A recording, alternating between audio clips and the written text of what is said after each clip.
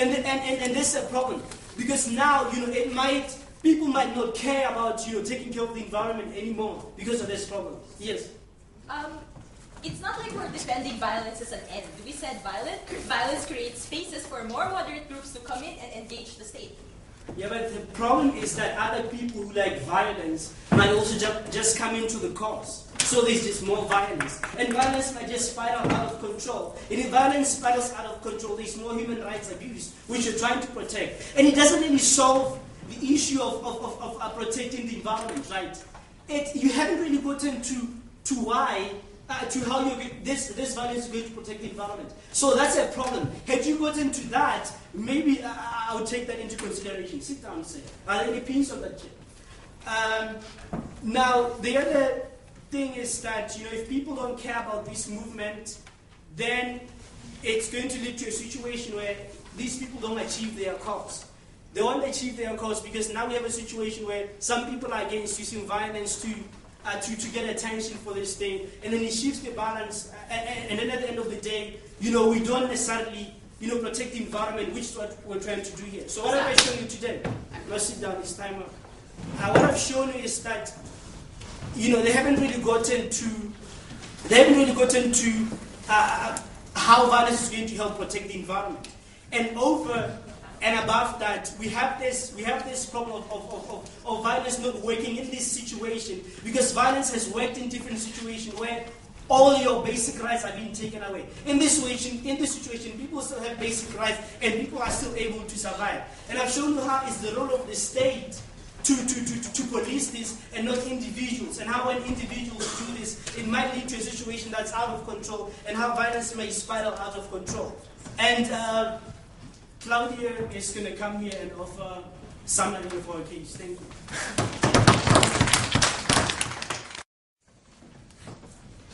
Ladies and gentlemen, what did we get from closing proposition or opposition today? Not an extension, I can tell you that much. But some other stuff, and apparently a long consistency among the opposition bench, at least in not accepting my points of information. In that sense, at least, they've been very consistent in today's debate. Today's debate, ladies and gentlemen, is pretty much basically about, one, the use of the role of violence in the cause of creating change within societies. And we say, one, there is precedence for this use, and a large part of the analysis provided by opening government in today's debate was totally ignored by Alex and by Justice, especially in this role of violence, and in a situation where you have no other choice, and in the analogy of self-defense provided by Anna. We think that's shocking, and I'll extend that idea. And also the effectiveness of violence as a tool. And this was also Sharmila's analysis and the extension from our case. We talked about the context of the situation, where you don't just have nice, happy Obama-type governments who are ready to do anything to prevent or protect the environment, and a few random environmentalists who want to protect this one mouse, Mr. Speaker, this one mouse who has been harmed, and as long as one mouse survives, everything's okay. No, it's not about those issues. These are big, huge issues which governments are ignoring because big business gives them, individuals within the governments maybe, or the governments as a whole, more money. Now, they may be justified from the government's perspective in their long-term economic development. Not yet, Claudia, thank you very much. But we say, for those immediate needs of the people on the ground, they are still extremely mismatched. And that is where violence plays a very important tool, and that was not engaged at all. Furthermore, what was not engaged was how, and I think this very sophisticated, smart piece of analysis about how violence gives the greater movement or greater momentum for the moderates within the situation. And Sharmila talked about nationalist movements. And Justice kind of agreed with this when he talked about the ANC and how they were squeezed out and they had no voice within the situation. But there was also greater external pressure on South Africa. There were people around, there were diplomats who were engaging, and they were engaging people on a moderate or maybe not in front of the scenes level. And people were not satisfied to wait for those things to happen and to give the moderates more movement. This is where the violent people around the fringe came to play. You have the cheek to ask me a question. We're not accepting anyone online. Sit down. So what I'm going to talk about, Mr. Speaker, ladies and gentlemen, I'm very quickly going to engage this notion of a role of government and how violence spins out of control, and then summarize the core issues of the debate, which is the notion of effectiveness and legitimacy. Now, justice says, in a government, individuals are not supposed to act against the government because they've agreed to the government. Yeah. Never mind that this may not occur in situations where the individual does not so much agree with the government that they had, or the example of China, which Alex talked about, where they conceded that people do not have free speech. So we're still waiting to hear how all their proposals of petition, free speech, fluffy stuff will eventually work because people don't have free speech in that situation, as Alex pointed out. But firstly, we say, if government removes the need for any one of these things, then these things will not happen. We're not talking about people causing acts of great violence or harm. Remember that individuals still take the risk of persecution. We said if they can show that that violence is ultimately justified, then perhaps they may get away with it, but they still take that risk. Individuals could still end up in jail. They could still be beaten up by these thugs, these corporations, because corporations are run by gangsters every north. And that's extremely dangerous. But furthermore, we say, ladies and gentlemen, that this is where our analysis about how the vacuum in that situation comes into play.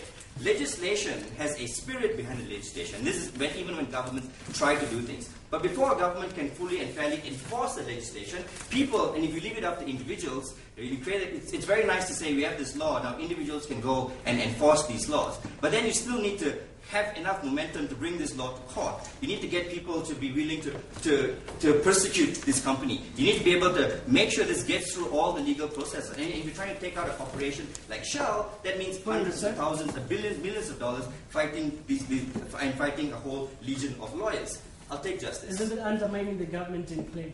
Yes, and we say sometimes it undermines the government on a necessary level. When the government says, justice, when the government says, I'm going to do something and then doesn't do it, we say the government deserves to be undermined, sir. And we say that government should be undermined. And we say what that will do, and if the rest of the people agree that that government should be undermined, they will vote the government out of power if that issue is big enough. If they think the government is right in doing everything, then that movement will lose support. And we think that is the right that people have, and this is the right and the role that people will play in that situation. Thank you very much.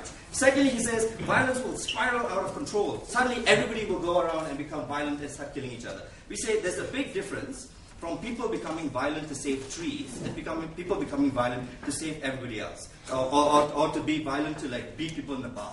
The person in the bar beating somebody else and the tree-hugging, nerdy, geek, environmentalist guy are really very two different types of people, Mr. Speaker. And we actually think it's nice if they learn from each other and sort of share values, but we don't think that's going to happen. And unless they can show that that will happen, we don't think that's a big issue in today's debate. But furthermore, they say, well, what if, groups want to use, the gay movement wants to use violence to protect homosexuals? Or what if the women's movement wants to use violence to protect women? We say there are parts in this world, in this society, where we think that is necessary, where homosexuals and where women are persecuted on a daily basis. And if we think if the legislation created in those countries do not protect these people, and the government say we are going to act and protect homosexuals and women, and they don't do anything, no thank you, we say then they should act to raise the protection of their environment and their situation.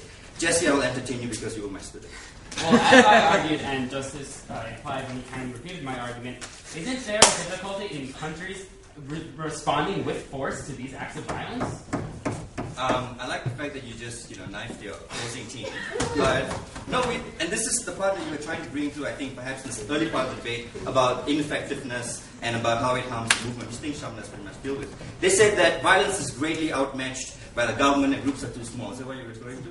Probably, yeah, right? And we think that's exactly why you should be using violence. The main use of the violent action, Mr. Speaker, ladies and gentlemen, is never to turn down a corporation. A small group of random individuals cutting down trees or hurting tractors will never put a company out of business. And that's never the goal. But what it will do is raise attention to the fact that the government said that this is protected territory in the land, but corporations are beginning, your order, sir, are logging those trees. That's what it will do. What it will do is raise attention to the fact that a country like Japan is moving within the grey area of the law and still hunting those wonderful creatures of the ocean and eating them. As delicious as they may be, Mr. Speaker, we say that is wrong. And we think that's the role that violence plays. And there was never the role, it was never our argument on this side of the House that violence would be the be-all and end-all of the global environmental movement. Our argument was that it played an integral and important role, and to this point, Mr. Speaker, they have not responded to that. We're happy to say that the government bench takes this debate.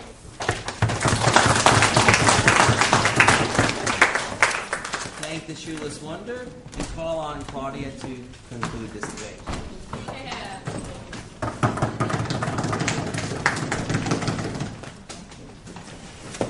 Ladies and gentlemen, don't let Logan try to marginalise us out of this debate because he's too afraid to refute our arguments. This debate begins and ends with the closing opposition. Because what we told you is that this debate is not about a world where governments sit idle and a few stray individuals fight for the environmental movement. This is a debate that exists in the context of a global environmental movement.